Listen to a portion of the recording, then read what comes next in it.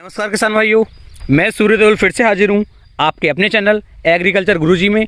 किसान भाइयों, आज हम बात करेंगे पेड़ी गन्ने में पहला पानी हम कब लगाएं और इसके अंदर हमें कौन कौन से खाद, कौन कौन से कीटनाशक डालने चाहिए, जिससे कि हम बहुत अच्छी टिलरिंग अपने पेड़ी गन्ने से ले सकें और आने वाले टाइम में हम एक अच्छा बेनिफिट और एक अच्छी ग्रोथ अपने गन्ने की फसल से निकाल सकें। पूरी जानकारी मैं इस वीडियो में आपको देने वाला हूँ। वीडियो को आप पूरा देखें, तभी आप एक सही और अच्छी जानकारी ले पाएंगे। किसान भाइयों, अगली जो वीडियो है वो आप किस टॉपिक पर चाहते हैं, इसके बारे में मुझे कमेंट बॉक्स में ज़रूर बताएं, क्योंकि लगभग मैं हर तरीके की वीडियो आपको गन्ने के बारे में बना करके दे रहा हूँ। जैसे क्या कि गन्ने में कैल्शियम नाइट्रेट के फ़ायदे, गन्ने में सल्फ़र के फ़ायदे, गन्ने में पोटास के फ़ायदे, इसी तरीके से लगभग मैं पूरी जानकारी आपको देता रहूँगा। आप अपना प्यार और सहयोग ऐसे ही मेरे चैनल के साथ बनाए रखें। शुरू करते हैं आज का अपना टॉपिक, पेड़ी गन्ने में पहला पानी कब दें, वह कौन कौन से खाद हमें डालने चाहिए। तो किसान भाई, इस समय पर जो आप मेरा खेत देख रहे हैं, ये मेरा पेड़ी गन्ने का खेत है और इसके अंदर अभी तक मैंने एक भी पानी नहीं लगाया है। इस खेत की मैं जुताई करवा चुका हूँ, इसके अंदर गोबर की खाद मैं डलवा चुका हूँ। इसके लिए मैं पहले ही वीडियो बना करके आपको दे चुका हूँ और लगभग किसान भाई 25 दिन इसकी कटिंग को हो चुके हैं। 25 दिन हो चुके हैं, उसके बाद भी आप देख सकते हैं कि जो टिलरिंग है गन्ने खेत के अंदर, ये कैसी निकल करके आ रही है। छोटे छोटे पौधे भी इसके अंदर निकल करके आ रहे हैं और बड़े तो काफ़ी इसके अंदर हैं ही। अब मैं आपको दिखाता हूँ, ये देखिए, ये काफ़ी छोटे छोटे इस तरीके से टिल्डिंग इसकी निकल करके आ रही है। किसान भाइयों, आपको ध्यान रखना है कि जितना लेट आप पहला पानी देंगे उतनी ज़्यादा ही टिल्डिंग नीचे से निकल करके आएगी। अब आप यहाँ पर देख सकते हैं, ये इस तरीके से दो छोटे छोटे कल्ले निकल करके आ रहे हैं। यदि किसान भाइयों आपने पहला पानी जल्दी दे दिया, यानी कि आपने पहले पानी पर थोड़ा इंतजार नहीं किया, तो आप नुकसान में जा सकते हैं। ये देखिए किस तरीके से यहाँ पर टिल्लिंग निकल करके आ रही है, ये देखिए। तो किसान भाई, इस तरह की टिल्लिंग आपको जब ही देखने को मिलेगी जब आपके खेत के अंदर गर्मी जो है तेज़ी के साथ बनेगी। अगर आपने पहला पानी जल्दी दे दिया तो किसान भाइयों आपका जो खेत है यह ठंडा पड़ जाएगा और किसान भाइयों खेत ठंडा पड़ने के कारण आपके खेत के अंदर टिल्लिंग अच्छी तरीके से नहीं हो पाएगी।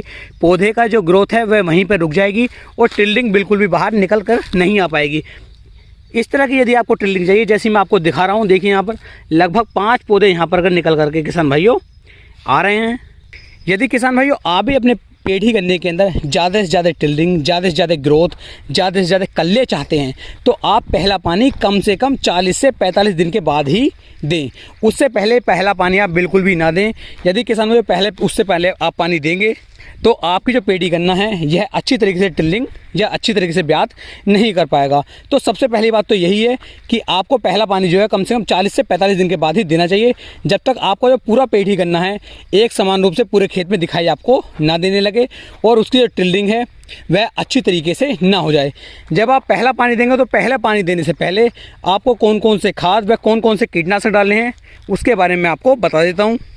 किसान भाई, खाद और कीटनाशक डालने से पहले यदि आपके पास गोबर की सड़ी हुई कंपोस्ट खाद है तो गोबर की खाद को आप अपने खेत के अंदर जरूर डालें, क्योंकि किसान भाई गोबर की खाद यदि आप डालते हैं तो इससे आपके खेत के अंदर बहुत सारे पोषक तत्व मिल जाते हैं और आप जो है अपने पेड़ी गन्ने के अंदर बहुत ताकत एक साथ डाल सकते हैं। इस तरीके से तो आपको गोबर की खाद जरूर डालनी चाहिए। और गोबर की खाद की यदि मैं डोज की बात करूँ तो 1 एकड़ खेत के अंदर आपको लगभग 7 से लेकर 8 ट्राली गोबर की खाद डालनी चाहिए आपके खेत के अंदर। उसके बाद ज़्यादा खादों की, ज़्यादा कीटनाशकों की आवश्यकता नहीं पड़ेगी, क्योंकि खेत के अंदर जब बहुत ज़्यादा ताकत होगी तो खेत जो है आपका बहुत ताकत लगाएगा और गन्ने की जो ग्रोथ है वह ऑटोमेटिक ही तेज़ी के साथ होकर के चलेगी। किसान भाइयों, कीटनाशकों से, जहरीली दवाइयों से आपको बचना है और खेत के अंदर ज़्यादा से ज़्यादा आप गोबर की खाद डालें। यदि ऐसा करते हैं तो आप बहुत अच्छी तरीके से एक शानदार फसल अपने गन्ने की ले सकते हैं। अब मैं डोज बता देता हूँ आपको खाद की।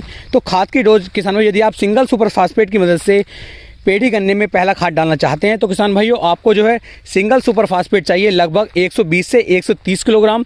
इसके साथ साथ किसान भाइयों आपको 25 से लेकर 30 किलोग्राम पोटास की आवश्यकता पड़ेगी। और किसान भाइयों इसके साथ आपको लगभग 2 किलोग्राम सल्फ़र ज़रूर लेनी चाहिए, वो भी पाउडर फॉर्म में। कुछ किसान भाई कहेंगे कि इसके अंदर सल्फ़र ऑटोमेटिक होती है सिंगल सुपर फास्फेट के अंदर, लेकिन किसान भाई उसके बाद भी मैं आपसे कहूँगा कि 2 किलोग्राम पाउडर फॉर्म में सल्फ़र आपको इसके अंदर ज़रूर डालनी है। और किसान भाई इसके साथ आप 7 से लेके 8 किलोग्राम कार टैप भी डाल सकते हैं।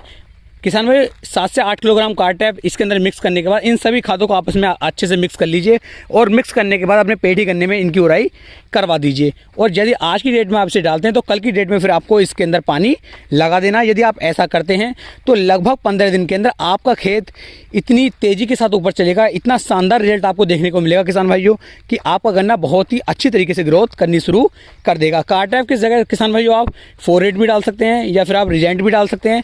कोई भी एक हल्का कीटनाशक आपको इस समय पर डालना है, कोई भी तकड़ा कीटनाशक आप इस समय पर ना डालें।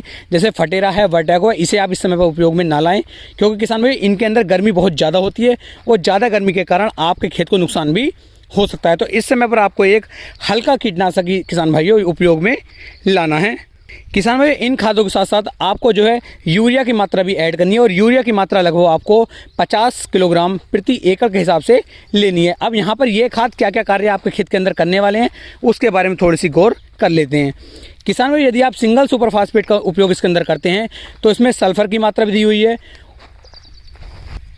जो आपके खेत को नीचे से भुरभुरा करके चलेगा और आपके खेत के अंदर जो है अच्छी तरीके से टिलिंग के साथ साथ आपके खेत की जो गन्ने की ग्रोथ है इस ग्रोथ को भी बढ़ा करके चलेगा। किसान भाई जो नाइट्रोजन है, नाइट्रोजन या यूरिया जो हम इसके अंदर डाल रहे हैं, यूरिया डालने के आपको फ़ायदे किसान भाई ये मिलने वाले हैं कि क्लोरोफिल की मात्रा हमारे खेत के अंदर बढ़ जाएगी और हमारा जो पौधा है वह लगातार हरा भरा रहेगा और अच्छी ग्रोथ हमारा गन्ना ऊपर की तरफ करता रहेगा।